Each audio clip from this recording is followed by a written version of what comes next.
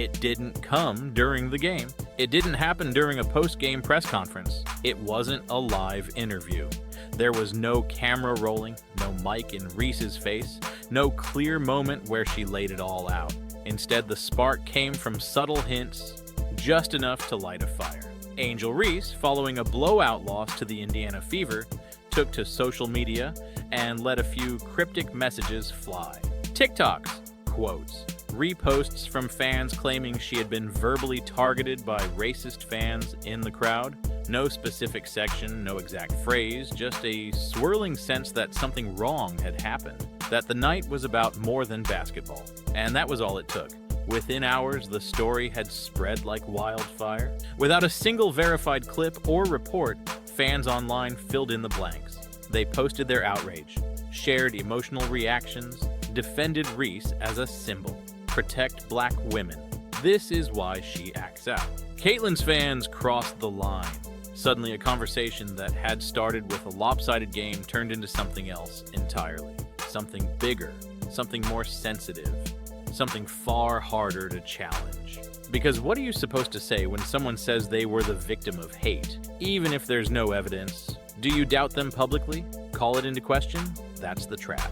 And the WNBA walked right into it. The league quickly released a statement. There is absolutely no place for racism or hate in our league or in our arenas. They announced a formal investigation. They pledged accountability. But even in their statement, there was one glaring omission. No mention of any specific incident, no footage, no timestamp, no context. And that's when some people started to raise eyebrows. Because the more the league and media pushed the story, the less anyone could actually find. People went back to rewatch the game. Hardcore fans clipped every play, every moment Angel Reese interacted with the crowd or reacted to a foul. But they found nothing. No moment where she turned toward the crowd in anger. No sign of discomfort. No confrontation with fans. Not even a confused look. Just basketball. And not even good basketball, because the Sky were getting cooked. So if something really happened, how did no one see it? Not the refs, not the cameras, not the fans, not her teammates, not the coaches. It raised one big question. If the only evidence is a vibe, can you call it a crime? The WNBA said they were taking it seriously. That's what the press release promised. And to be fair, they had no choice. Once allegations like that hit social media, doing nothing wasn't an option. But what exactly were they investigating? That's where the cracks in the story started to show. Because despite the headlines, the hashtags, and the heated Twitter takes, there wasn't a single frame of footage showing anything unusual, not one. Let's be clear, this wasn't a low-level game with shaky cameras and one commentator half asleep at the mic. This was a nationally televised matchup, streamed on multiple platforms, with dozens of camera angles, slow-motion replays, and courtside microphones that pick up even a whisper from the bench. Thousands of fans were in the arena. Hundreds of smartphones were recording. Social media was flooded with clips, just not the one people were looking for. And yet, no video, no audio, and no credible eyewitnesses ever came forward to say they saw what Reese implied had happened. You'd expect someone to step up, right? A fan seated behind the bench, a reporter on press row, a teammate, a coach, even the referees, but nothing. Absolute silence. Even arena security issued a quiet statement days later saying there had been no complaints filed during or after the game regarding abusive language or racial slurs. That's rare. Because in today's sports world, you can't even sneeze too loud in the wrong section without security watching. So, what are we left with? A claim, a vague one. No timing, no name, no detail. When Reese was asked to elaborate, she passed the mic. That's not a me question, she said. Pressed further, the Sky's PR rep shut down the conversation. That answer alone was enough to make even her biggest supporters pause. Because this wasn't just about whether something offensive was said, it was about how much weight the league, the media, and the fans were willing to give a moment that may not have existed. People were starting. Up until this point, the narrative had one dominant voice. Angel Reese. The fans followed her lead. The media echoed her implications. The WNBA leaned in with full support. But then came something no one expected. A voice from inside her own team cast doubt. Tyler Marsh, the head coach of the Chicago Sky, finally addressed the controversy. And when he did, he didn't come out swinging in defense of his player. He didn't launch accusations. He didn't demand justice. Instead, he dropped a quiet truth bomb. I heard when everyone else did. 6 words. That's all it took to flip the entire narrative. Coach Marsh was on the bench the entire game. He had the clearest view of what was happening on the court and around it. If anyone would have known about a racial slur coming from the crowd, it would have been him, and yet he didn't hear anything. Not during the game, not in the timeouts, not in the post-game huddle, not from his players, not from Reese.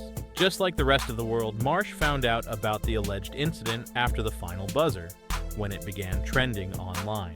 And that's not just a minor detail, that's everything. Because if the claim was real and raw, if something truly vile had been shouted, why wasn't it reported in real time? Why wasn't Marsh told immediately? Even if Reese was too shaken to speak, wouldn't a teammate have said something? Wouldn't someone, anyone, have reacted? The Sky's bench was packed with players, staff, trainers, and assistants. Yet, according to Marsh, not a single person mentioned anything until social media blew up. His tone wasn't dismissive. He didn't say Reese was lying, but he didn't confirm anything either. And that subtle neutrality spoke volumes. When asked whether the team had filed a report or planned to escalate it internally, Marsh said they were cooperating with the league and would support whatever steps the investigation requires. In PR speak, that's a carefully worded fence site. He's not endorsing the claim. He's not denying it. He's protecting himself and the organization. But the fact that he wasn't briefed, wasn't told during the game, or even in the locker room afterward, made people ask the question no one had dared to speak aloud yet. Did Angel Reese make it up? The media didn't want to touch that question. Fans who had rallied behind her were starting to feel uneasy, and the WNBA, they stayed silent. But Coach Marsh's quote hung in the air. And for the first time, the narrative started to shift. Not because of confrontation, but because of contradiction. Let's go back to the game, frame by frame. Because if Angel Reese was being verbally attacked by someone in the crowd, you'd expect to see something. A glance, a flinch, a word to the referee, a side-eye to the bench, something. But when you rewatch the broadcast, you don't find anger or discomfort directed at the stands. You find basketball. And a lot of it. The cameras were everywhere. Baseline angles, sky cams, bench shots, slow-mo replays. The microphones picked up players yelling to switch on screens, coaches shouting rotations, even sneakers squeaking across the hardwood. But what you don't hear is hate. No audible heckling, no crowd noise that gets bleeped or silenced, no reaction from teammates that would indicate something crossed the line. In today's era of televised sports, you can't sneeze in the lower bowl without showing up on somebody's iPhone. Fans film everything. Every dunk, every free throw, every technical foul is clipped and posted within minutes. So if someone in the crowd had screamed a slur, something so offensive it shook Reese to her core, where's the footage? Where's the fan who caught it on TikTok? Where's the blurry clip from Section 113? Where's the sideline mic that caught a whisper of controversy? There isn't one. Not a moment, not a soundbite, not a frame. And yet this isn't just about video, it's about reaction. Because real trauma leaves a trace, even in real time. If a player hears something disturbing, they don't just keep playing. They react. They freeze. They glance at teammates. They gesture to the referee. They get distracted. Reese? She showed none of that. She didn't stop. She didn't flinch. She didn't point to the stands. In fact, the only visible confrontation she had was on the court, and it wasn't with a fan. It was with Caitlin Clark.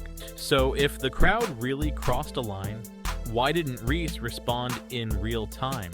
Why did none of her teammates, players who have shown support for her in the past, back up the claim publicly? Why didn't a single Sky player say, "Yeah, we heard that too"? Even post-game, in interviews and press conferences, the entire team was silent on the matter. The only acknowledgement came from the Sky's PR staff, who blocked questions about the incident entirely. The fans, confused, reporters, digging, the WNBA, doubling down. But the footage said nothing. The players said nothing. And in a game with thousands of eyes watching, no one else heard a thing. That silence grew louder by the day. If you're looking for a moment in the game that really sparked tension, it wasn't in the crowd. It happened on the hardwood. Third quarter, 4 minutes and 38 seconds on the clock. Caitlin Clark, defending the paint, reached in hard and caught Angel Reese across the arms. It was physical, a little too aggressive. The refs blew the whistle and immediately called for a review. After a short pause, they upgraded it to a flagrant 1 foul. Now, here's what matters. It was a real basketball moment. Contact in the lane. A hard play. But by league standards, not excessive, not malicious, just intense competition between two physical players. But that whistle, that's when everything changed. Angel Reese jumped up and didn't look at the stands. She didn't signal for help. She didn't call out security. She didn't even glance in the direction of the alleged heckling. Instead, she stormed straight toward Caitlin Clark. Her body language was pure confrontation. Her voice was raised, her eyes locked on Clark like she had something to settle that had nothing to do with fans. The crowd's attention shifted instantly. The game got chippy. Aaliyah Boston, playing peacemaker, stepped in to calm Reese down. And the referees, trying to maintain control, handed out technical fouls to Reese and Boston. Caitlin Clark didn't react. No words, no gestures, no back talk. She backed away, walked to the free throw line, and sank her shots. Meanwhile, Reese paced the baseline, frustrated and fiery. It was the moment of the game. Highlight reels, screenshots, memes. It all came from that face-off, that stare down, that confrontation. But again, not a whisper about fans, not a signal to the bench, not a moment that would lead anyone watching to believe something inappropriate had been shouted from the crowd. If a racial slur had been yelled in that arena, this was the exact moment you'd expect a response. The emotion was already high, the cameras were already watching. And yet, Angel Reese made no indication that the fans had anything to do with her fury. It was all about Clark. After the game, the narrative online started to twist that moment. People said Clark's foul was proof she was dirty, that Reese's reaction was justified, that it wasn't just basketball, it was personal. But let's be real. What happened on that court wasn't hate. It wasn't harassment. It was rivalry. Two elite competitors going at it under the lights, and the most explosive moment of the game had nothing to do with what Reese later claimed was happening behind her. It was center court, one-on-one, just the way it's always been between these two. This didn't start in the WNBA. This story, this tension, this obsession, it started over a year ago on a much bigger stage. April 2nd, 2023, the NCAA Women's Championship, LSU versus Iowa, Angel Reese versus Caitlin Clark. Clark had electrified the tournament. She was putting up video game numbers, draining logo threes, breaking records, and walking into the championship as the undisputed face of women's college basketball. Reese? She wasn't about to let that narrative fly uncontested. LSU won. But it wasn't just the win that went viral. It was the moment. With seconds left on the clock, Reese taunted Clark with the "you can't see me" gesture, mimicking something Clark had done in earlier rounds, and then pointed to her ring finger. She made it personal, intentional, loud, and the internet split in two. Some saw it as swagger. Others saw it as disrespect. Some called it racial bias because Clark had been praised for her fire, but Reese was being criticized for the same thing. Others said it wasn't about race. It was about timing, about knowing the difference between celebrating a win and chasing clout. Regardless of which side you took, one thing was clear. This rivalry wasn't just about talent anymore. It had become symbolic. Clark represented the unstoppable scorer, the quiet killer, the clean-cut athlete elevated by the media. Reese represented the disruptor, the voice of attitude and edge, determined to shift the narrative and take back control. And ever since that moment, every time they've played each other, the tension has returned. On the court, it's fireworks. Off the court, it's a chess match. And this latest matchup was no exception. But here's where it gets complicated. Because when Caitlin Clark outperforms Reese, and statistically she often does, the conversation rarely stays about basketball. It shifts, almost like clockwork. Suddenly it's about something else. Race, respect, who gets hyped, who gets dragged. And while that's not entirely unfair, the timing always raises eyebrows. After the Sky's blowout loss, it wasn't Clark who changed the narrative. It wasn't the media digging for drama. It was Angel Reese. She reshared videos, reposted TikToks, amplified fan claims. She didn't spell it out. She didn't have to. The implication was enough. Something bad happened. And just like that, the story changed. From rivalry to racism, from scoreboard to speculation, from a game to a movement. Suddenly, if you supported Clark, you were accused of bias. If you questioned Reese, you were called a hater. And if you asked for evidence, you were part of the problem. This wasn't just a rivalry anymore.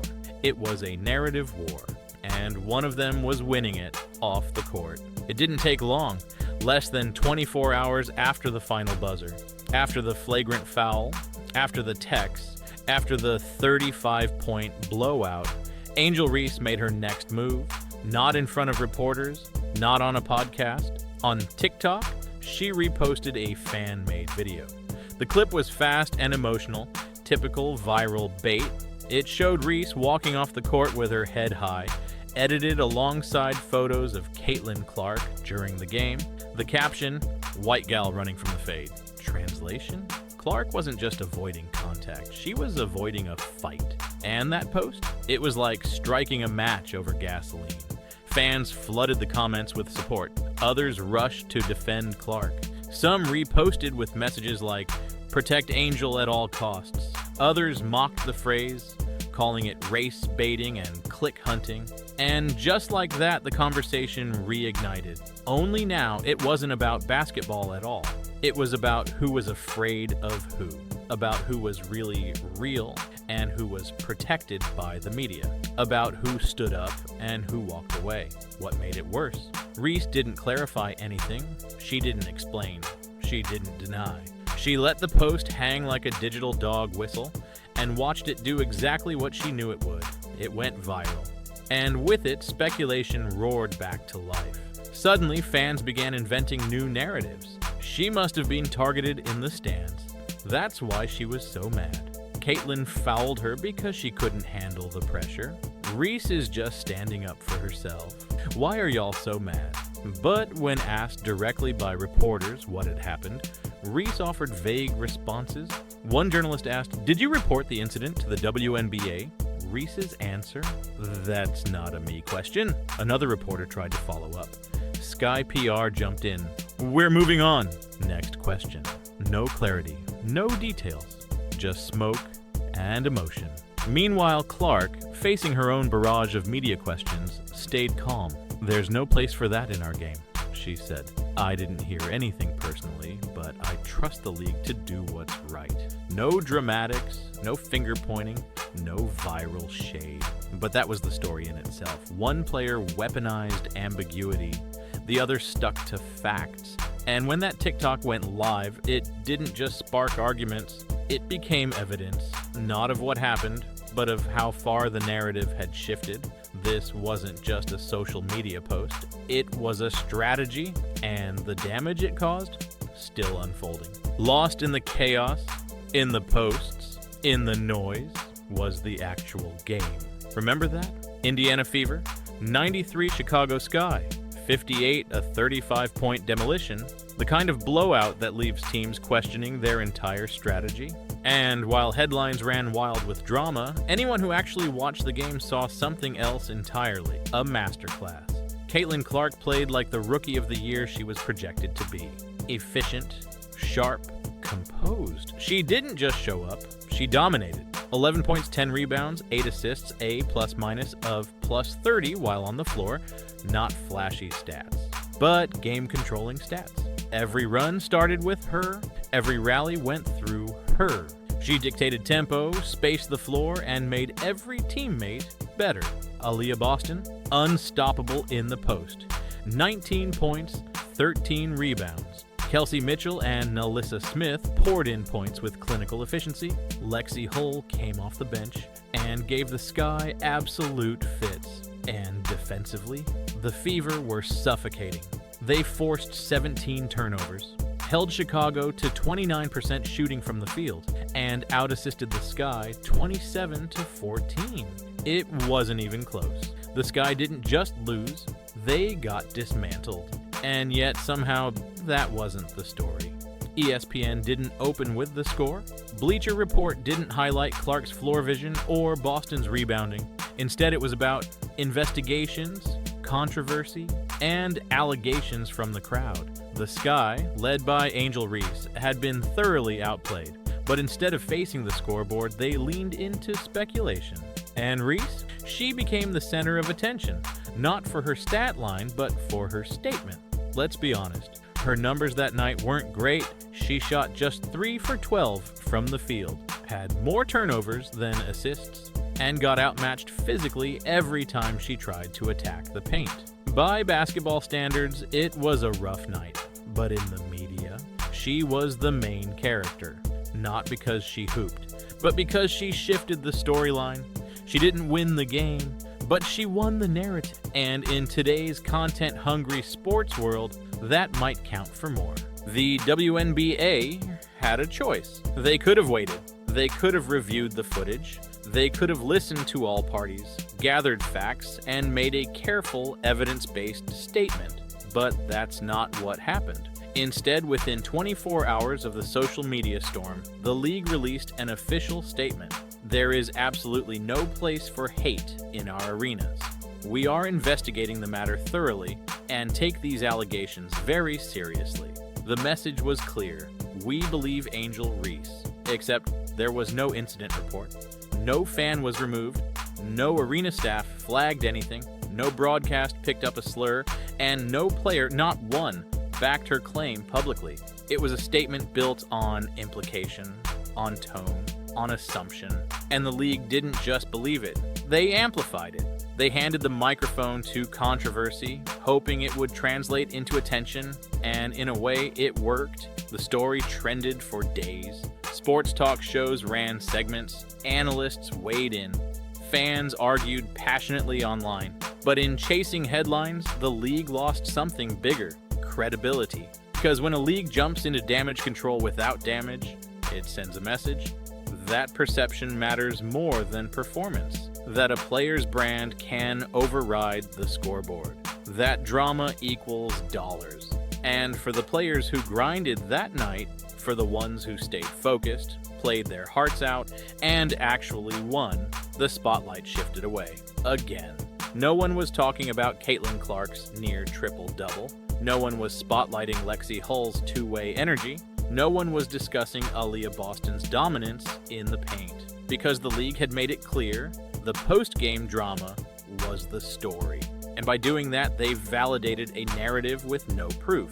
They turned vague allegations into official policy, and they taught every player in the league a quiet but powerful lesson. If you want the headlines, you don't have to win. You just have to say something loud enough. It was the kind of move that gets short-term buzz, but long-term consequences. Because the next time something real happens, something that demands action, how many people will hesitate? How many will ask, is this another play? When the league blurs the line between story and sport, every claim becomes a question mark. By now, a pattern has started to emerge, and it's getting harder to ignore. It goes like this. Step 1, a high-profile game. Step 2, Angel Reese struggles, her team loses. Step 3, A controversial moment, real or implied, surfaces afterward. Step 4. The media pivots from the scoreboard to the storyline. Step 5. Reese dominates the headlines, even in defeat. It happened in college, it's happened more than once in the pros. And this time, it was textbook. What started as a physical game between two rivals turned into a nationwide conversation about racism, media bias, and fan behavior. And sure, those are important issues. They matter. But when they're used strategically, when controversy becomes a fallback to avoid facing uncomfortable truths, it doesn't just dilute the message. It makes people question every message. Let's call it what it is: narrative manipulation.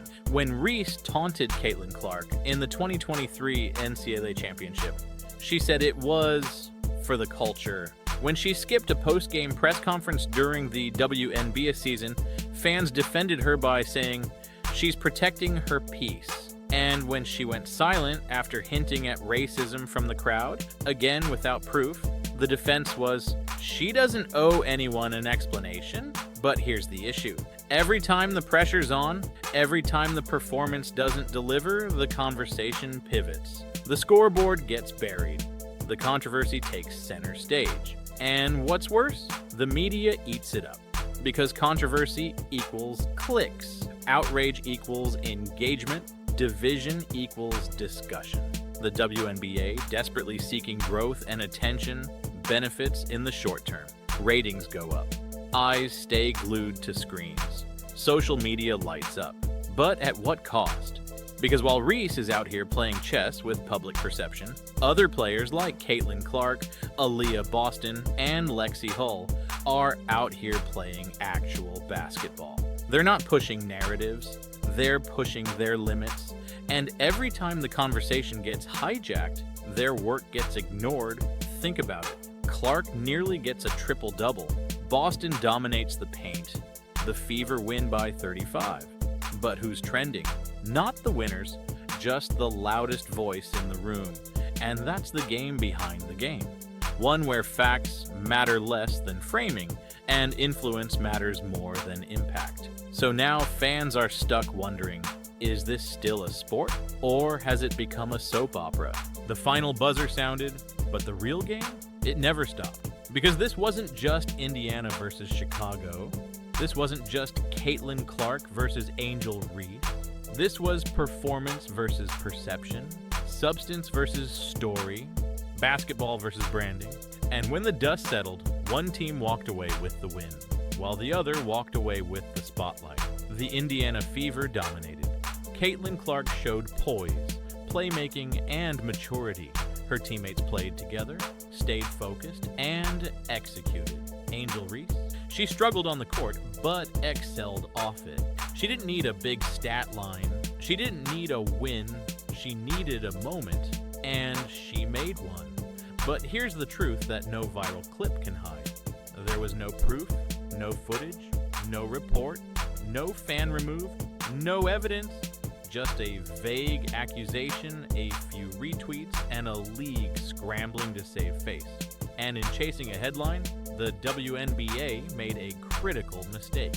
Because when the league prioritizes drama over dominance, when it elevates noise over numbers, when it rewards speculation over sportsmanship, it sends the wrong message. Not just to fans, to players, to future stars, to the world. This is supposed to be the era where women's basketball takes over, where skill, grit, and greatness are finally recognized on the global stage, where names like Clark, Boston, Reese, Ionescu, Stewart, and Wilson become household. But if every big moment is followed by a bigger distraction, if every defeat is reframed as a moral war, if every game ends with, "But did you hear what they said?" we'll never get there. Because basketball deserves better. So now it's your turn. Do you stand with the scoreboard or the storyline? With the hoopers or the headlines? If you believe in letting the game speak for itself, comment, "I've got the fever" below. And if you want more stories that cut through the spin and get to the truth, hit like, subscribe, and turn on notifications. This isn't the last time narrative will try to rewrite reality, but next time, you'll be ready. We'll see you in the next one.